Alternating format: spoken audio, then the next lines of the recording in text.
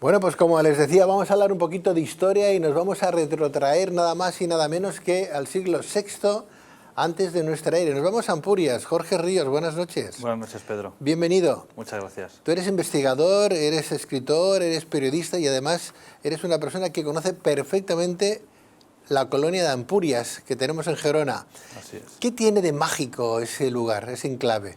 Bueno, Ampurias tiene por el hecho de decir mágico, tiene muchísimas cosas que lo diferencian de cualquier otro yacimiento, partiendo de la base que desde Ampurias empezó la conquista de Hispania, tal cual la conocemos, con lo cual ya la importancia que tiene en ese sentido es hacer de este enclave único. Pero además, como veremos a lo largo del programa, han habido confrontaciones, personajes históricos muy importantes como Julio César estuvieron en Ampurias, y luego toda la parte mística, misteriosa, esa parte más, como a algunos les gusta llamar, espiritual o fantasmagórica, que actualmente sigue habitando en Ampurias.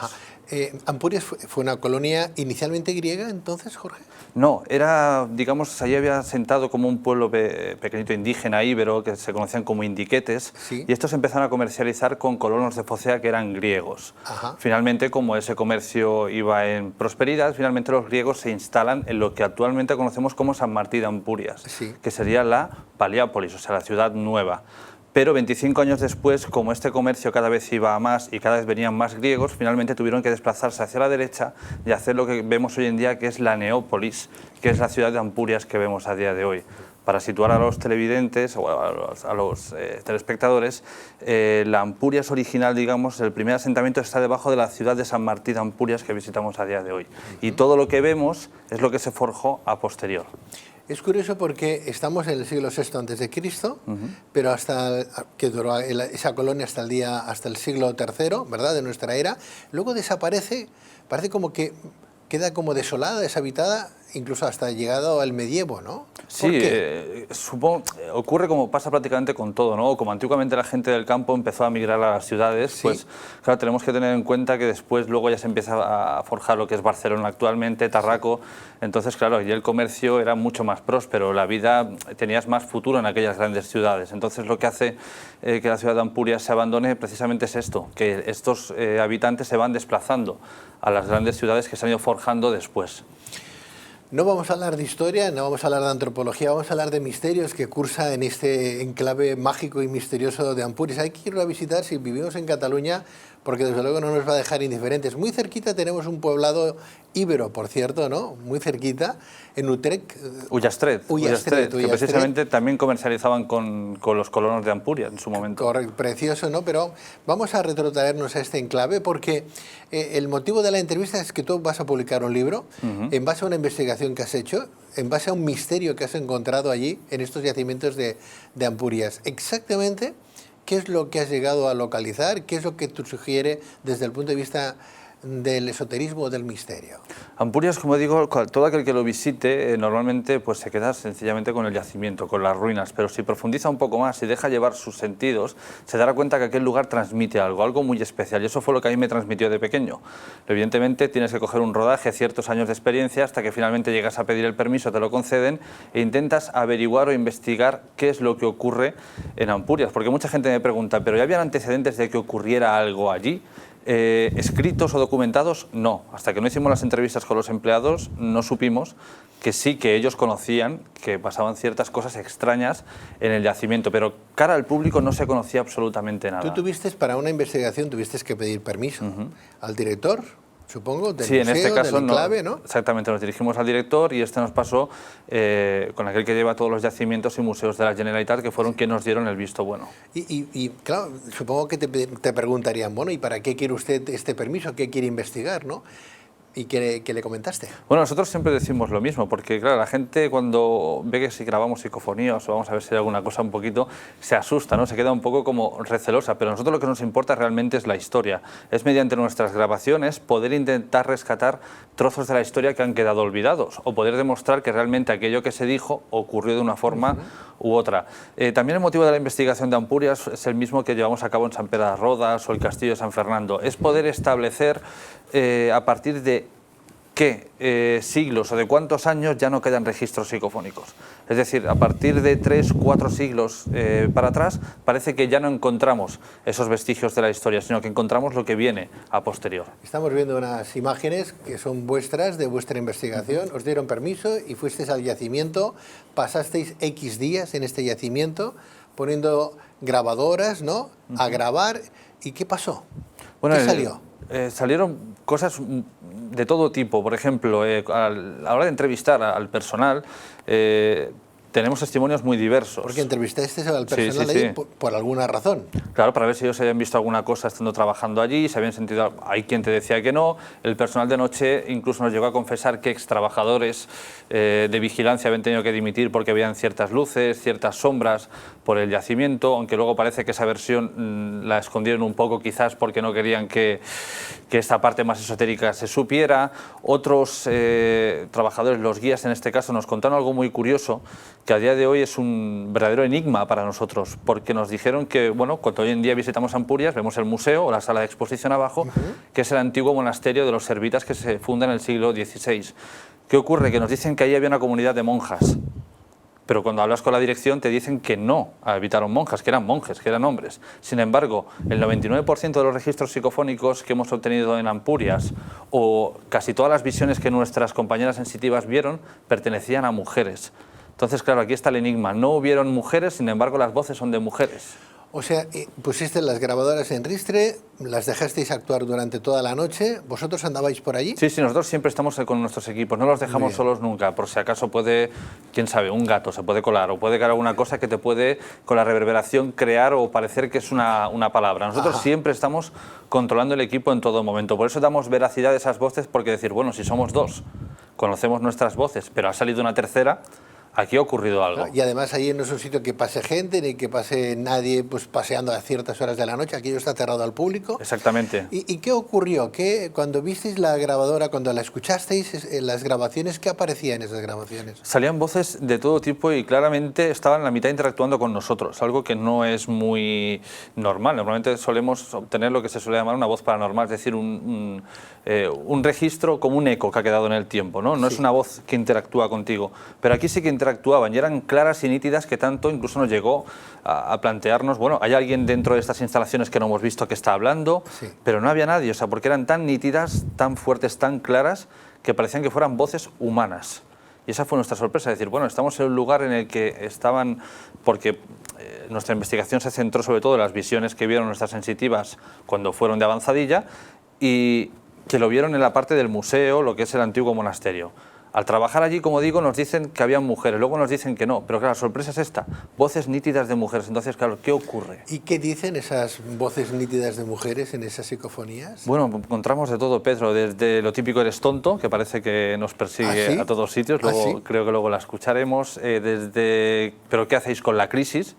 Que justo, mira, la crisis parecía que decían que se estaba saliendo y sale una voz que dice, ¿pero qué hacéis con la crisis? Algunas que nos dicen en griego también, otras te dicen que hace un armario aquí tirado cuando había un mueble tirado en una esquina. O sea, cosas que dices, parece que estén viendo lo que estás haciendo. Porque, Jorge, una psicofonía en sí, ahora escucharemos alguna de estas psicofonías, una psicofonía en sí, ¿qué es lo que nos viene a mostrar?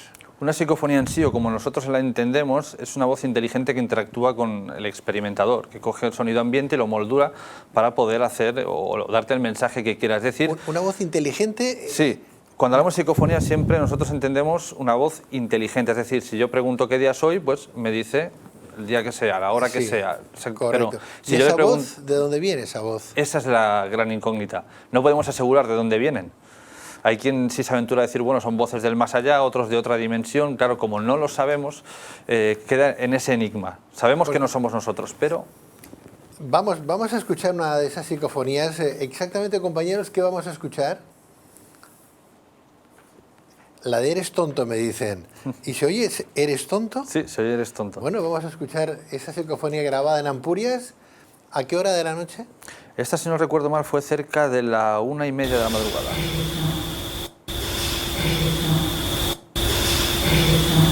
Sí. Eres tonto. Y además, como vemos, una voz de mujer clara. Eres tonto. Pero claro, una voz inteligente. O sea, de alguna manera, ¿Tú le preguntaste algo para que te dijera No, eres tonto? en este caso no. En este caso colocamos el equipo de grabación porque en Ampurias tiene una pequeñita residencia para chicos que están aprendiendo arqueología y vienen a trabajar allí.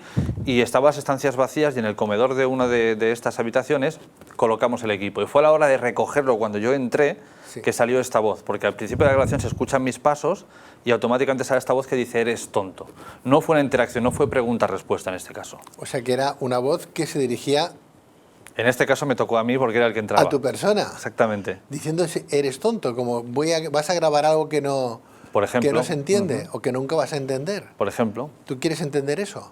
Podríamos darle esa explicación, porque muchas veces te parece que te encaminan por ahí como diciendo, bueno, vas buscando, pero no vas a acabar de saber. Vamos a escuchar una en griego. ¿Y cómo entiendo yo que habréis buscado algún experto en esta lengua, en griego, ¿no? Para que os diga que eso significa también, ¿no? Porque vamos a escuchar también en griego, ¿no? No, lo que dice la psicofonía es en griego también. O sea, lo dice en castellano, sí, pero dice en griego también. En griego también. Y lo tuvimos en este convento de los Servitas que está levantado encima de la ciudad griega. En griego también, vamos a escucharlo.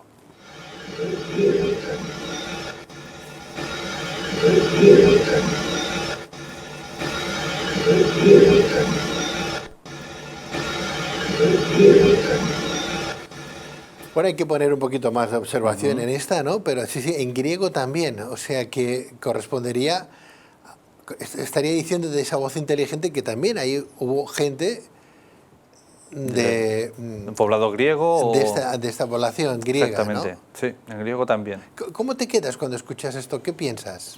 Bueno, claro, mil y una hipótesis o mil y una preguntas nuevas que te vuelves a formular, porque claro, normalmente vas revisando el material y la investigación se va terminando, y a la vez que revisas el material y vas saliendo, claro, se te vuelven a abrir nuevas líneas de investigación, nuevas, como digo, incógnitas, preguntas que hacer, ¿no? Pero bueno... ¿Y en alguna psicofonía has llegado a tener una interacción pues un poquito más palpable? No sé, o cómo te llamas, quién eres y que te correspondan, no. Sí, en algunas sí. Hemos llegado, por ejemplo, recuerdo en San Feliu, una casa muy antigua, preguntar quién estaba allí y sale una voz clara que dice Carl August Bender. Y el nombre del propietario de la casa, o el propietario, digamos, más histórico, se llamaba Carl August Bender. Además, era alemán y aún tiene el acento alemán en esa grabación. En Ampurias no, ¿no? En Ampurias no ha ocurrido nada parecido, ¿o sí? No, con nombres no, con nombres no. Lo que vemos son voces, ya digo, algunas más claras, otras menos. Las que son claras son muy claras, pero no es decir un nombre y un... Vamos a escuchar una tercera psicofonía grabada en Ampurias. En este caso viene a decir, pregúntale, ¿no? Exactamente. Pregúntale, no estabas interactuando.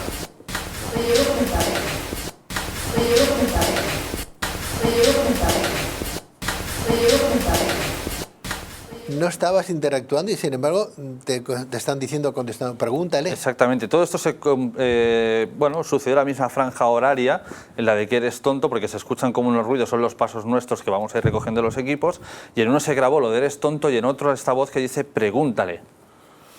Hay una cuarta psicofonía. Claro, cuando hablamos de psicofonía estamos hablando de, a lo mejor de, pues no sé, de espíritus que andan por ahí o bien mensajes que quedaron en el éter, ¿no? Ahí grabadas, ¿no? Y que alguien ha podido recoger, como es tu caso, ¿no? Claro, cuando hablamos o nosotros entendemos la psicofonía es, como digo, no sabemos si es un espíritu, si es alguien que está en otra dimensión, pero es algo que te está viendo, que puede hablar contigo. Y se han quedado en el éter, es lo que nosotros denominamos como voz paranormal, es decir, que no tiene una interacción inteligente, sino que sencillamente pones a grabar y lo captas. Pero si hubieran sido voces de la época, tanto de la colonización griega, romana, etcétera, hablarían en latín, claro, hablarían en griego, ¿no? Claro. O sea, todo esto habla muy de aquí. Eso precisamente es uno de los motivos también por los que fuimos a investigar, junto con Sant Pere de Rodes, para intentar establecer a partir de cuántos siglos ya se van perdiendo las voces estas históricas o estas voces antiguas. Y es curioso porque también en una de estas psicofonías habla exactamente, dice, pero ¿qué haces con la crisis que antes decías, ¿no? Al principio, sí, ¿no? Pero ¿qué haces con la crisis? Es como si estas voces estuvieran al día. Vamos a escucharla.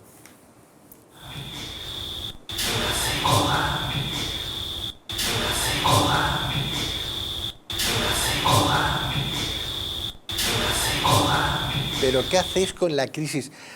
Jorge, no sé si os lo habréis planteado. ¿Cabe la posibilidad de que sea vuestra propia mente la que en un momento determinado deje reflejado o de alguna manera se materialice vuestro pensamiento en la grabadora? Todas las posibilidades están abiertas, evidentemente. No podemos decir esto no o esto sí. Cualquier posibilidad podría. Es la menos probable, sí, porque hay veces que si tienes el ambiente suficientemente controlado, que puedes cerrar una puerta, sabes que no entra nada, dejas la grabadora 20 minutos, por ejemplo, te marchas y no estás cerca, y sin embargo salen conversaciones, tú ya no estás allí para volcar ese mensaje dentro. Claro.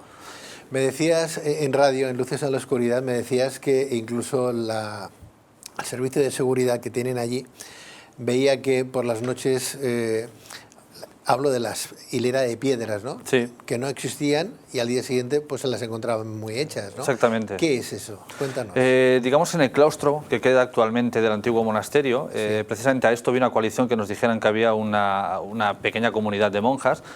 Cuando estaba la antigua puerta del monasterio, de lo que ellos decían que era la habitación donde estaban las monjas, cada mañana se encontraban como una hilera de piedras blancas apuntando hacia la puerta.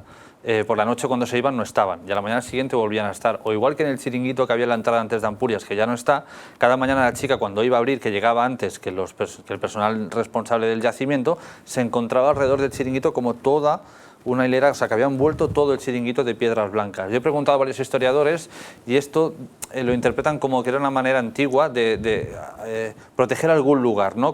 Es como un símbolo de protección ante cualquier espíritu maligno, ante cualquier cosa maligna que pudiera ocurrir. Y sin embargo en Ampurias estos trabajadores lo vieron. Actualmente no ocurre, pero durante largo tiempo estuvo ocurriendo. Bueno, podemos ver todos estos enigmas, leerlos en tu libro, ¿sí? Tu libro que creo que ha aparecido antes en pantalla, que lo vas a publicar dentro de nada, ¿no? Y tendremos la suerte de poderlo disfrutar. Ahí lo tenemos, 20 puertas hacia el más allá, entre ellos está Ampurias. Está Ampurias, está San Pere de Rodas, Castillo de San Fernando, todos los enigmas prácticamente que hemos estado investigando hasta ahora, evidentemente han quedado muchos fuera para un siguiente libro, están publicados en 20 puertas hacia el más allá. Pues Jorge Ríos, muchísimas gracias, mucha suerte con este fantástico libro y ya nos irás contando si hay alguna novedad en Ampurias. Seguro que sí, muchas gracias Pedro. Gracias, buenas noches. Buenas noches.